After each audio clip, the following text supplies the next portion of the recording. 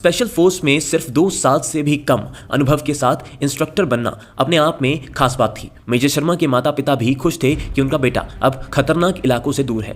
उनकी ये खुशी ज्यादा दिन नहीं रहने वाली थी। दरअसल कश्मीर में एक समस्या उत्पन्न हो गई थी और जब देश खतरे में हो तब पैरा एसएफ के जाबाजों को ही बुलाना पड़ता है।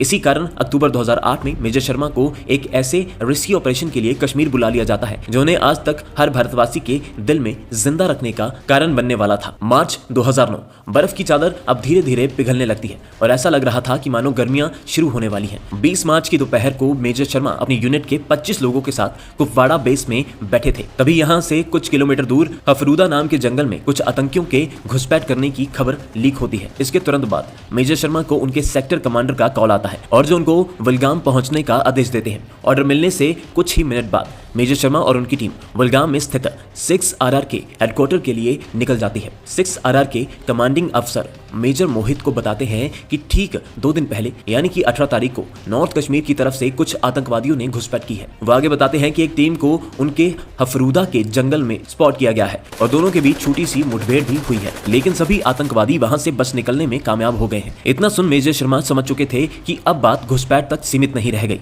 बल्कि आतंकियों को ढूंढना भी है और शिकार भी करना है। मगर ये जितना आसान सुनने में लग रहा था उतना हरगिज नहीं था। दरअसल कितने आतंकी हैं, किस प्रकार के हथियार हैं और इतने बड़े जंगल में कहां छुपे होंगे, किसी भी बात का कुछ अता पता नहीं था। ये लगभग में अंधेरे में तीर चला के शिकार करने की उम्मीद जैसा ही था। इस धुंधली सी दिखने वाली समस्या में अगर कुछ पक्का था तो वो सिर्फ मेजर शर्मा का इरादा, जो हम आगे देखेंगे कि कैसे उस इरादे के चलते मेजर शर्मा आतंकियों की रूह कंपा देंगे। 21 मार्च 2009 रात के 2:30 बजे मेजर शर्मा और उनकी टीम पैदल ही निकल जाती है। सुबह 4 बजे सूरज उगने से पहले टीम उस जगह पहुंच जाती है जहां आतंकी आखिरी बार दिखाई दिए थे। इस लोकेशन से आतंकियों का पता लगाना लगभग नामुमकिन दिख रहा था, क्योंकि चारों तरफ नजर घुमाने पे सिर्फ जंगल ही जंगल दिख रहा था। कुछ देर प्लान करने के बाद सुबह के करीब 8 बजे मेजर शर्मा अपनी टीम को 8-8 की टुकड़ियों में बांट देते हैं। एक टुकड़ी का नेतृत्व खुद मेजर शर्मा करते हैं, दूसरी का नायब सूबेदार उत्तम चंद और तीसरी टुकड़ी का जिम्मा हवलदार राकेश खंडेलवाल को सौंपा जाता है। उसके बाद मेजर शर्मा नायब सूबेदार उत्तम चंद की टीम